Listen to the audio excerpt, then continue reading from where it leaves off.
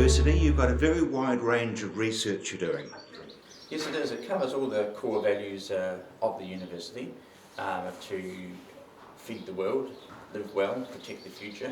And it covers another set of values too, which really go from Maori cultural values, Pākehā and landscape values, through to issues about governance, planning, strong links to New Zealand Planning Institute, resource management, and then of course to the real questions about allocation of scarce resources, whether it's ecological economics or environmental accounting, how rational decisions are made, and then of course to the bit which historically Lincoln has been strong on in terms of productive agriculture, productive landscapes, primary sector.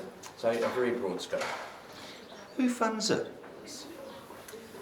We have a mixed bag of funding. We've been very competitive with the Ministry of Business, Innovation and Enterprises, MB's science funding rounds. Some funding also comes from private sector, big companies such as Ravensdown, dairy companies and the like. And of course through the performance-based research fund, where academics are basically weighted according to their research outputs, the university gets funding back from that, which funds sort of internal research grants and the like. So a broad spectrum. Some of it is purely commercial, some of it is more public good sort of research. I guess there's different ways of doing your research. Well, yes, that's right, and probably amongst New Zealand universities, Lincoln is certainly one of the more applied. So we have a lot of, if you like the expression, dirt under the fingernails. We have a lot of people working sort of actively on farms, in waterways, probably more water in their waders than dirt under their fingernails in that case, and really solving today's problems in today's living context. But at the same end, we do have people who go right through to the Marsden funds, which are sort of pure blue skies scientific endeavour. So for a small institution, we're mostly at the applied end. We're trying to find practical solutions for everyday problems, but invariably they draw back on good principled science, more theoretical pieces of work.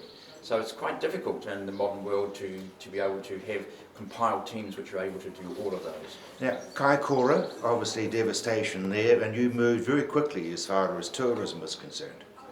Yes, I was very fortunate in that. My tourism team, as opposed to the research platform or the research committee which I chair, has a long history of work in Kaikoura, and we've been commissioned just this last week by MB to develop a tourism sector recovery framework. So we're lucky to drive in, a long drive in on Tuesday.